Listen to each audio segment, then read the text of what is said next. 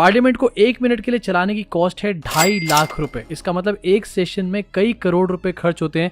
And ये बात definite सी है कि ये करोड़ रुपए आपकी और मेरी जेब में से ही निकल कर आते हैं। लेकिन उसके बावजूद भी हमारे देश के बड़े बड़े भैया नेता जो हैं कैसी छोटी छोटी बातें करते हैं, देखो जरा। लेकिन उनकी ये बयानबाजी, इनका छिछोरापन देश के सुरक्षा बलों का मनोबल गिरा रहा था।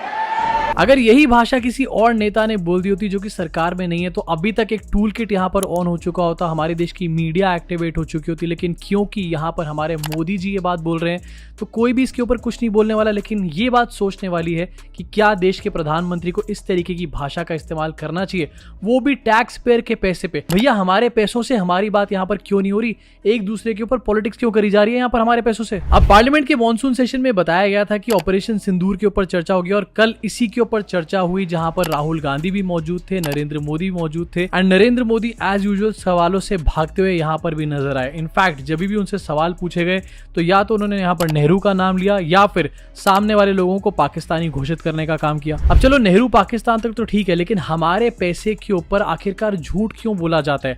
एंड झूठ बोलने से पहले बोला क्या जाता है कि ये लोकतंत्र का मंदिर है। मोदी जी कह रहे हैं कि लोकतंत्र का मंदिर है। एंड यहां पर मैं कहना चाहता हूं कि ऑपरेशन सिंदूर अभी जारी है। लोकतंत्र के इस मंदिर में दोहराना चाहता हूं, ऑपरेशन सिंदूर जारी है।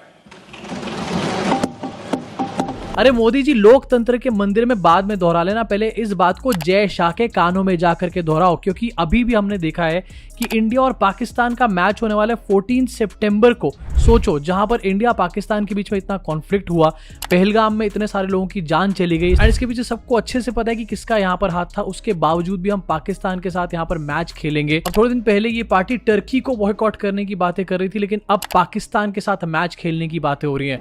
लेकिन मोदी जी यहाँ पर क्या कहते हैं कि लोकतंत्र के मंदिर में यहाँ पर मैं बात दोहरा रहा हूँ। मंदिर बोल देता हूँ, कोई ना कोई तो सीरियसली ले ही लेगा और कोई नहीं तो मेरे भक्त ले लेंगे।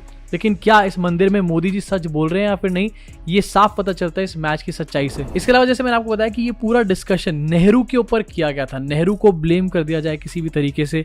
मुझे लग रहा है कल नेहरू को काफी ज्यादा हिचकियां आई होंगी। मोदी जी ने 14 बार नेहरू का यहाँ पर नाम लिया है। नेहरू जी ने की कि नेहरू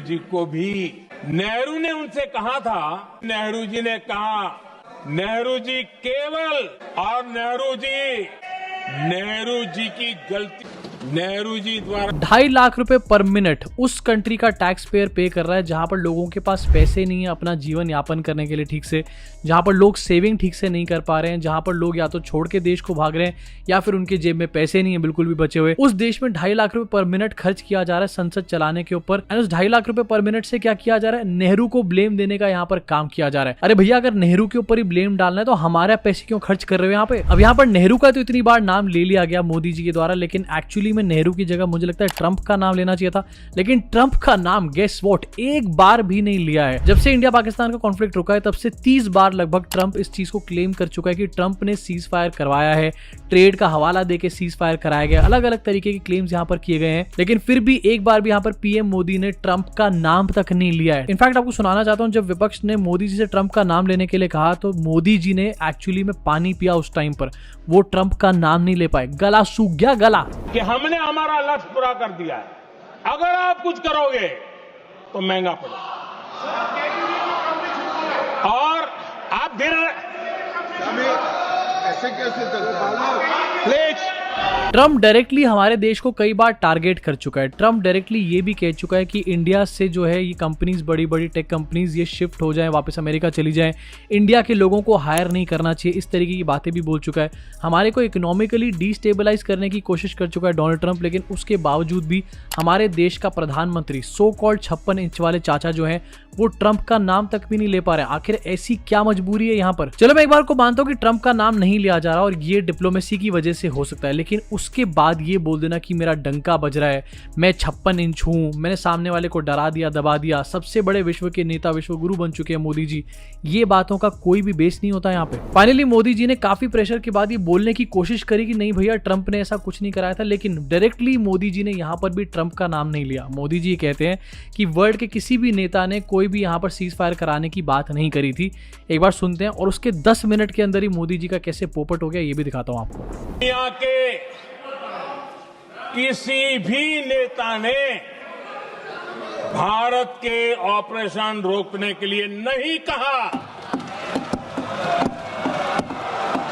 दुनिया के किसी भी नेता ने भारत के ऑपरेशन को रोकने के लिए नहीं कहा, तो आखिरकार ट्रंप ये क्या कह रहा है? ट्रंप जो बोल रहा है ये दुनिया के बाहर से बोल रहा है क्या? मोदी जी प्लीज एक बार फॉर गॉड सेक ये बात क्यों नहीं बोल देते? पहलगाम में इतने सारे लोग मारे गए हमारे देश के, उसके बाद ऑपरेशन सिंदूर हुआ, ऑपरेशन सिंदूर में भी काफी सारे लोगों ने जान गंवाई। हमारे देश के फोर्सेस को सलूट है, उन्होंने जो भी यहाँ पर काम किया। इन सब के सैक्रिफाइसेस के बावजूद आप एक बार यहाँ पर ट्रंप को कॉल आउट क्यों नहीं कर पा रहे हो? क्या आखिरकार ऐसी मजबूरी है यहाँ पर आपकी? कौन सी फाइल दबा रखी है? अब मोदी जी ने जैसे जैसे करके ये बात तो बोल दी कि किसी भी नेता ने नहीं बोला ऑपरेशन को रोकने के लिए, ट्रंप का नाम नहीं लिया गया, ऑपरेशन सिंदूर भी मोदी जी ने ठीक से यहाँ पर नहीं बोला, एंड सीज फायर की बात भी यहाँ पर नहीं करी। लेकिन उसके 1 घंटे के अंदर ही डोनाल्ड ट्रंप का एक और स्टेटमेंट निकलकर सामने आ गया, जहां पर डोनाल्ड ट्रंप 31वीं बार इस चीज को क्लेम कर रहा है कि उसने इंडिया पाकिस्तान के कॉन्फ्लिक्ट को रोकने का काम किया, एंड ट्रंप ने मोदी जी को रिक्वेस्ट करी थी कि ये लड़ाई वो रोकने का यहाँ पर काम करें। एंड इसके साथ साथ ही डोनाल्ड ट्रंप ये भी कहता है कि 20 से 25% का टैरिफ लगाया जा सकता है इंडिया के ऊपर। इंडिया को प्रेशराइज किया जाता है ट्रेड डील करने के लिए। मतलब एक तरफ संसद में मोदी जी अपने आप को 56 इंच दिखाने की कोशिश कर रहे हैं, लेकिन 1 घंटे के अंदर मोदी जी के अपने so called Donald Trump Modi ji के दोस्त जो हैं वो ये कह रहे हैं कि मैंने वॉर रुकवा दी पापा, और साथ में ज्यादा बोलोगे तो टैरिफ भी लगा दूंगा पापा। इसके अलावा मोदी जी ने एक और यहाँ पर कहानी सुनाने का काम किया कि जेडी वैंस का फोन आया था 9 तारीख की रात को, और मोदी जी ने जेडी वैंस से 1 घंटे तक तो बात ही नहीं करी। मोदी जी इतने व्यस्त थे कि जेडी वैंस वहां से टू फोन मिलाता रहा, हेलो हेलो मोदी जी करता रहा, एंड यहाँ से मोदी जी ने फोन ही नहीं उठाया। जरा इस कहानी को सुनो, साफ पता चल रहा है कि ये कहानी भी काफी स्क्रिप्टेड लग रही है। 9 तारीख को रात को अमेरिका के उपराष्ट्रपति जी ने मुझसे बात करने का प्रयास किया। वो घंटे भर कोशिश कर रहे थे, लेकिन मेरी सेना के साथ मीटिंग चल रही थी, तो मैंने उनका फोन उठा नहीं पाया। बाद में मैंने उनको कॉल बैक किया। मैंने कहा कि आपका फोन था, 3-4 बार आपका फोन आ गया, क्या है? मैंने उनको फोन करके कहा कि 3-4 बार आपका फोन आ गया, बताइए क्या है? मतलब अमेरिका के उपराष्ट्रपति से मोदी जी कह रहे हैं कि हाँ तुम फोन कर रहे थे भैया, बताओ क्या बात है। यहाँ पर के नैरेटिव आखिरकार इतने ज्यादा डिफरेंट क्यों होते हैं? क्या मोदी जी को कभी भी आपने जेडी वैंस से इस तरीके से बात करते हुए देखा, सुना? कोई भी रिपोर्ट कहीं पर देखी है? ट्रंप से इस तरीके से बात करते हुए देखा आपने मोदी जी को? नहीं देखा। ट्रंप तो छोड़ दो, कियर स्टारमर से रिसेंटली मोदी जी मिले थे, और मोदी जी और भी बहुत सारे देश के नेताओं से मिलते रहते हैं। क्या उनसे मोदी जी ऐसे बात करते हैं? नहीं करते, और करनी भी नहीं चाहिए। लेकिन फालतू का दिखावा क्यों कर रहे हो भैया यहाँ पे? तो अमेरिका के उपराष्ट्रपति जी ने मुझे फोन पे बताया कि पाकिस्तान बहुत बड़ा हमला करने वाला है, ये उन्होंने मुझे बताया। अब मोदी जी का यहाँ पर ये कहना है कि विपक्ष जो है वो छिछोरापन कर रहा था, छिछोरी हरकतें कर रहा है, या फिर छिछोरे स्टेटमेंट्स दे रहा है, व्हाटएवर।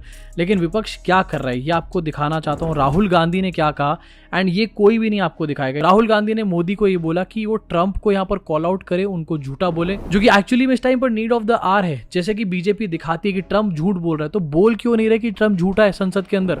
अच्छा, अगर वो झूठ बोल रहे हैं तो अपने भाषण में यहां प्रधानमंत्री कह दें कि वो झूठ बोल रहे हैं। यहां पे अगर दम है तो यहां पे प्रधानमंत्री बोल दे कि ट्रंप झूठ बोल रहे हैं। If he has the courage, if he has the courage, if he has the courage of Indira Gandhi, let him say here, let him say here that Donald Trump, you're a liar. You did not make us cease fire, and that we did not lose any planes. Let him say it here, if he has the courage. 50% भी है इंदिरा गांधी का, तो यहां बोल दे। 50% होगा तो बोल देगा, बोल देंगे। सॉरी, नहीं मोदी जी के बारे में ऐसे मत बोलो प्लीज। मत बोलो। देखो ऑन अ सीरियस नोट, ये बात कोई बहुत बड़ी प्रॉब्लम नहीं होती। मैं फिर से ये बात बोल रहा हूँ कि अमेरिका के राष्ट्रपति के लिए ये बात बोलना कि वो झूठा है, स्पेशली उस टाइम पे जिस टाइम पे ट्रेड डील चल रही है, टॉक्स के अंडर है हम लोग, ये बात थोड़ी सी इम्पॉसिबल है और किसी भी देश के नेता के लिए ये बात सेम ही यहाँ पर फॉल करती है। लेकिन जहाँ पर ये नैरेटिव सेट कर दिया गया कि भैया हमारा डंका बज रहा है, हम विश्वगुरु हैं, हमारे पीछे पूरी दुनिया तगड़क तगड़क दौड़ती है, यहाँ पे सारे के सारे नेता हमारे पीछे भागते हैं, यहाँ पर हमारे को सब लोग यहाँ पर दोस्त कहते हैं, उसके बाद जब ये सब तरीके की बातें होती है तो डेफिनेटली ये ऑब्जेक्शनेबल है एंड इनके ऊपर सवाल खड़ा होगा ही होगा मोदी जी के ऊपर। अब जब इन सवालों का जवाब नहीं दे पाए तो एक और यहाँ पर नैरेटिव चलाया गया कि देखो राहुल गांधी कितनी गलत तरीके से बैठते हैं संसद के अंदर, एंड ये फोटो उसके साथ शेयर करी गई। बट थोड़ी देर में यहाँ पर फैक्ट चेक हो गया, मोदी जी की भी ऐसी बैठे हुए फोटो है, अमित शाह की भी ऐसे बैठे हुए काफी सारी फोटोज हैं, एंड और भी बीजेपी के ऐसे बैठे हुए नेता हैं। मतलब कितना डम हो सकते हैं सरकार के लोग कि जब विपक्ष की बातों का जवाब नहीं है तो ये टूल किट चलवाना शुरू कर दिया कि देखो यार ये कैसे बैठे हुए हैं कितने गलत तरीके से। इससे ज्यादा लेम और क्या हो सकता है यहाँ पे। अब जहां पर नरेंद्र मोदी ने इतनी सारी बातें बोली, मुझे सबसे बुरा पर्सनली यहाँ पर ये लगा कि उन्होंने पहलगाम में जो लोग मारे गए उनके बारे में एक बार भी जिक्र नहीं करा। अभी शायद जिक्र इसलिए नहीं किया गया क्योंकि इस टाइम पर कोई इलेक्शन नहीं है, नहीं तो मोदी जी बाकायदा फोटो लगा करके जिक्र करते हैं। याद है ना आपको क्या हुआ था पुलवामा के बाद। इनफैक्ट कानपुर के बिजनेसमैन शुभम द्विवेदी जिनकी जान चली गई थी पहलगाम के अटैक में, उनकी वाइफ ने भी ये बात बोली है एंड एक बार आपको सुनवाना चाहता हूँ। मुझे एक बहुत बड़ा दुख है मेरा कि उन्होंने उन 26 लोगों के लिए कुछ नहीं बोला, जहां प्रियंका गांधी जी और राहुल गांधी जी उन दोनों को भी मैं थैंक यू बोलूंगी कि उन्होंने उन 26 लोगों की बात करी है। शुभम का भी नाम लिया था उन्होंने पार्लियामेंट में, बट मुझे इस चीज का दुख है। इवन मैं एक्सपेक्ट कर रही थी कि आज पीएम सर कुछ तो उन 26 लोगों की बात करेंगे, उन 26 लोगों के रिस्पेक्ट के लिए कुछ तो बोलेंगे, बट ये नहीं बोला। इस चीज का मुझे बहुत दुख है आज। अब ये बात शुभम द्विवेदी की वाइफ बोल रही हैं जिनकी जान वहां पे गई थी। अब ये कोई कांग्रेस के कार्यकर्ता, नेता या फिर मंत्री या फिर कुछ भी नहीं है, या राहुल गांधी के कोई क्लोज नहीं है, लेकिन ये एक जनरल परसेप्शन है कि मोदी जी ने यहाँ पर नहीं बात करी इन पहलगाम के लोगों के बारे में जिनकी जान वहां पे गई थी। वैसे तो ये कहा गया कि ये पूरे देश के ऊपर हमला है, लेकिन जिन लोगों के ऊपर एक्चुअली में हमला हुआ, जिन्होंने अपनी जान गंवाई, क्या वो यहाँ पर एक मेंशन भी डिजर्व नहीं करते थे हमारे देश की पार्लियामेंट के अंदर? दूसरा सवाल यहाँ पर निकल कर आता है कि उन आतंकवादियों के बारे में जिन्होंने इस घटना को अंजाम दिया था, उनके बारे में आखिरकार मोदी जी ने क्या बोला? यहाँ पर भी कोई बहुत बड़ी बात नहीं बोली गई। इनफैक्ट इन्फिल्ट्रेशन के बारे में अमित शाह ने रिसेंटली बात करी थी कि हमारे टाइम पे इन्फिल्ट्रेशन कम हो चुका है, ज्यादा इन्फिल्ट्रेशन नहीं है। तो आखिरकार वो 4 आतंकवादी आए कहां से थे जब इन्फिल्ट्रेशन नहीं है? क्या आसमान से टपके थे क्या वो लोग? इसके अलावा चाइना के रोल के बारे में कोई यहाँ पर बात नहीं करी गई। थ्रू आउट हमने ये देखा है न्यूज में कि चाइना ने पाकिस्तान को सपोर्ट किया, रियल टाइम डेटा प्रोवाइड किया, आर्म्स प्रोवाइड करे, लेकिन हमारे देश के प्रधानमंत्री एक बार भी चाइना का नाम नहीं लेते। मोदी जी ने जो यहाँ पर बातें बोली उनमें आधी बातों में कोई सब्सटेंस नहीं था। मोदी जी कह रहे हैं कि मैं यहाँ पर लोकतंत्र के मंदिर में ये बात बोल रहा हूँ, उस बात में कोई सब्सटेंस नहीं है। मोदी जी डोनाल्ड ट्रंप का नाम नहीं ले रहे, चाइना का यहाँ पर नाम नहीं ले रहे, लेकिन फिर भी भैया गोदी मीडिया में तो डंका बज ही रहा है। अब आप जरा मुझे कमेंट सेक्शन में कमेंट करके बताओ, क्या इस स्पीच में मोदी जी का कहीं पर भी डंका बजा? क्या कहीं पर भी कोई 56 इंच दिखा, या फिर ये सिर्फ हवाई बातें हैं? मोदी जी के नैरेटिव फेल हो चुके हैं इस टाइम पर।